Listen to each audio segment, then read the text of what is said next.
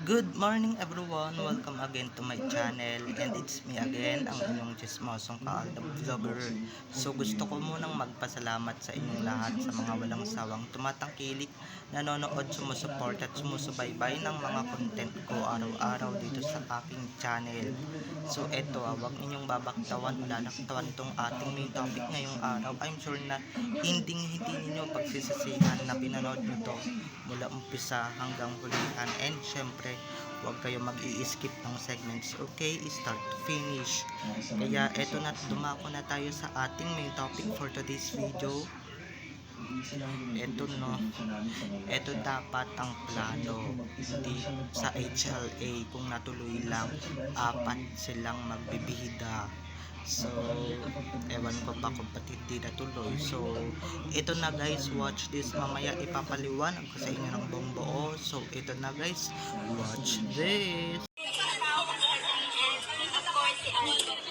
Kasi alam mo, first time na tanong yan. Gawin natin love square, tapos kasama na rin si May. Para masaya lahat. Pwede po ba kaming mag-expect ng love triangle kasama si DJ? Love triangle. Kasama si DJ, kasama si Catherine, and of course si Aldo. Kasi alam mo, first time na tanong yan. Gawin natin love square, tapos kasama na rin si May. At kung nakita nyo na ngayong recaps, once again, si TTO sa mga admin. So maraming salamat sa inyong lahat, kasi kung hindi dahil sa inyo, wala ako dito sa kinalalagyan ko, and syempre sa mga admins ko na mababait. So maraming salamat sa inyong lahat. So eto na, dumako na tayo sa ating main topic for today's video. Ito nga sana yung plano guys, ito sana yung magaganap na big collaboration ng pinakasikat na love team. Kaso guys, hindi natuloy kasi nga alam niyo naman, pagka humalo yung GMA diba, sukang ang GMA dyan sa tambalang Alden Richards at May Mendoza. Sayang talaga. Ang ano kasi dapat dito sa HLA na to, dapat love triangle si DJ. Kung yung hindi pa nag-break ang cut nila, si DJ, tapos nagsalita si Catherine syempre, at sinabing ba't hindi na lang natin gawin 4, isama natin si May para masaya. So sana no, kung natuloy lang ito, kung naganap lang to, diba, kung na purse lang to, malamang sa malamang diba, maraming matutuwa, maraming magiging supporters ang susugod sa kanilang sinihan, sa kanilang at maraming susuporta guys. Magiging mega blockbuster ito, okay? Yung super mega blockbuster guys, na hindi padding, hindi patong-patong ang kinikita, diba? Hindi, lalong-lalo na guys, pagka nagsang dalawang love team na napakalakas at napakasikat ng panahon na yan, diba? So hindi na nangyari kasi nga marami ng changes na nangyari, marami ng mga instances na nangyari. Katniel naghiwalay, Alda din naghiwalay din ng network, pero on cam, pero diba, pero sana hopefully diba, pero sana wag na rin magkaroon talaga ng part 3 kasi nga nakakasulasok, and syempre nakakaloka na talaga yung pelikulang yun na ang pangit na kung susundan pa ng part 3, diba, nakaka bad vibes, nakaka-uyan kung masusundan ng bonggang-bongga, diba?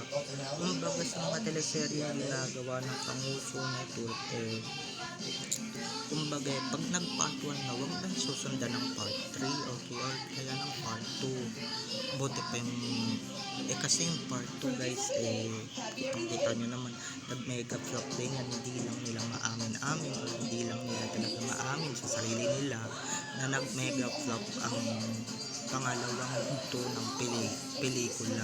Hindi katulad ng una, di ba? Sana kung ginawa niyo yung sequel ng All of X Katniel na pinaplano ninyo o pinlano ni Catherine, diba? Dahil sa may gusto niya na ipareha din si May, di sana super mega blockbuster yan. I'm sure guys, lahat tayo manonood, lahat tayo mapupuno ang sinihan worldwide. Pero hindi, nag-ipa-ihip ng hangin, and syempre nag-iba yung mga plano kaplanuhan. Alam niyo naman. At lalong lalo na guys, makikibakas pa dito yung Kamuso Network, diba? At alam naman na natin yung Kamuso Network pagka nalaman nilang magkasamang fandom sa iisang pelikula. Ay nako, talagang sukang-suka yan GMA na yan sa Aldab, kasi nga diba dahil sa kanila or kung hindi dahil sa Aldab yung mga artista nila nagiging mukha ng tae. Sensya na sa mga kumakain na, pero totoo naman yung sinasabi ko, nung sumibol ang Aldab, diba nawala silang lahat, nawalang bigla yung mga artista nila, hindi na nagsibangon sa mga ukay, sa mga lusak na kanilang kinabibilangan o kanilang kinatitirikan. Pasalamat na lang kayo, diba? Naging matahimik na si May. Wala na kayong tinik sa lalamunan ngayon, diba? Pilitin yung sinisira, pilitin yung binabagal. Maski si Daniel, diba, nananahimik na rin. So ayan, yung tignan ninyo, diba, ganyan lang yung kinita ng movie ninyo. Yung sana sinundan ninyo agad ng apat sila Love Square, diba?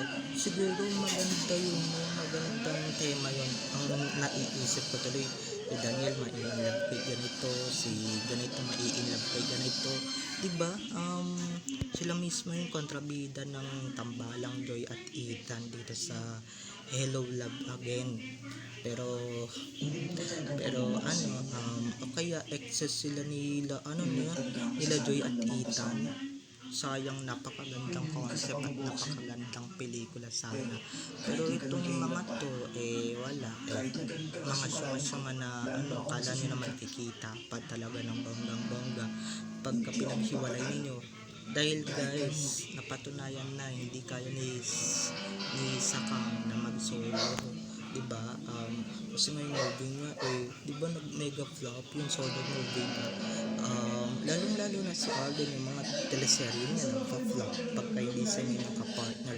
Eto guys, real talk lang tayo, and syempre based din to sa mga nababasa kong kwento-kwento dito sa social media na talagang paniniwalaan ko at talagang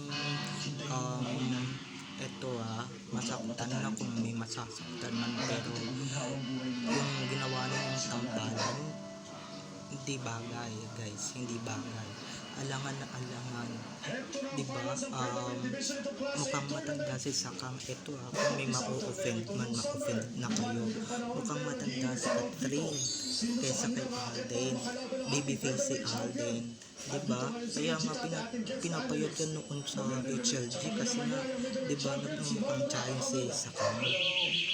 At saka ito mas maraming napapangitan dyan sa movie na yan kasi nga puro kabastusan at puro porn ang pinapalabas, diba? Wala man lang wholesomeness, wala man lang wholesome yung palabas na yan, diba? Hindi katulad ng unang yugto, ay nako, talagang super loved ko yung movie na yan, diba?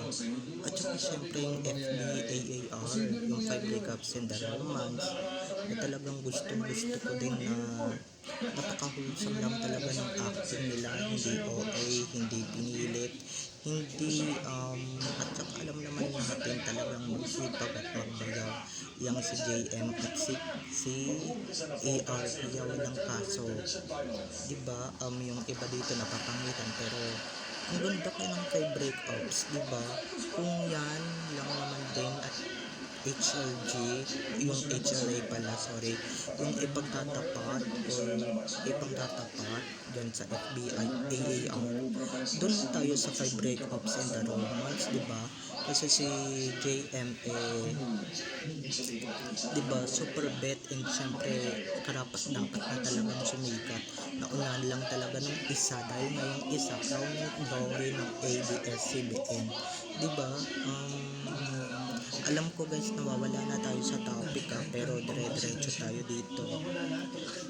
Diba? Ang sayang kung naisip nyo lang talaga na ituloy yung naisip ni Catherine na Love is Square, diba? Edi sana lahat ng phantom masaya, yung Katniel manonood, yung Aldab manonood, diba? Pero hindi diba? Ang sinunod nyo lang syempre yung gusto ninyo, diba? Kung sino yung boss, siya yung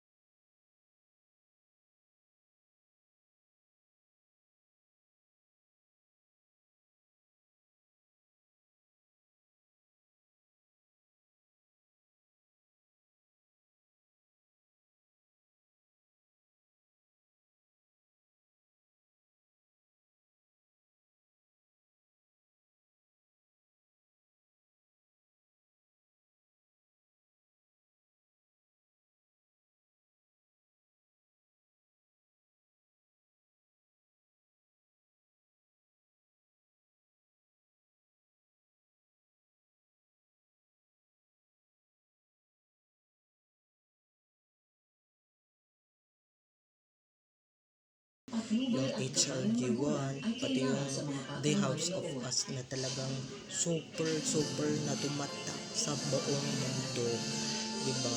Or sa lahat ng fans, diba?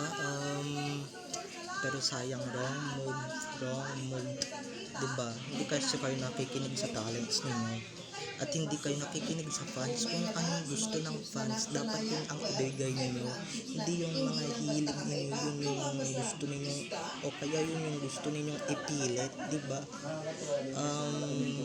Fans na ngayon ang nasusunod, pero anong ginawa ninyo, diba? Pinaghiwalay ninyo yung apat na love team na nag-aakyat sa inyo ng kaban, o yung dalawang love team na nag-aakyat sa inyo ng kaban sa networks ninyo. Tignan niyo ngayon, may nagagawa ba yung pagsolo-solo ng dalawa? May nagagawa ba yung pagsolo-solo ng mga love team na binuwag ninyo? Wala, diba?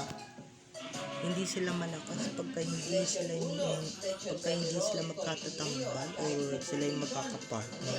Kahit na i-partner ninyo sa iba yan, or kahit na tumuklas pa kayo ng bago, hindi mapapalitan ng contribution ng Katniel at saka ng Aldab.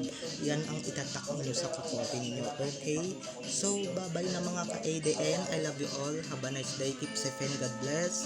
So, huwag ninyong kalimutan guys na mag-subscribe dito sa aking channel, and syempre, huwag ninyong kalimutan na i-click ang notification bell para sa ganon ma-notified kayo sa mga susunod ko pang i-upload ng mga videos patungkol kina Main, Alden, and syempre patungkol sa kanilang mga buhay-buhay inside or outside man yan sa showbiz. Bye-bye na mga ka-ADN. I love you all. Have a nice day. Keep safe and God bless everyone. Bye-bye. Enjoy watching.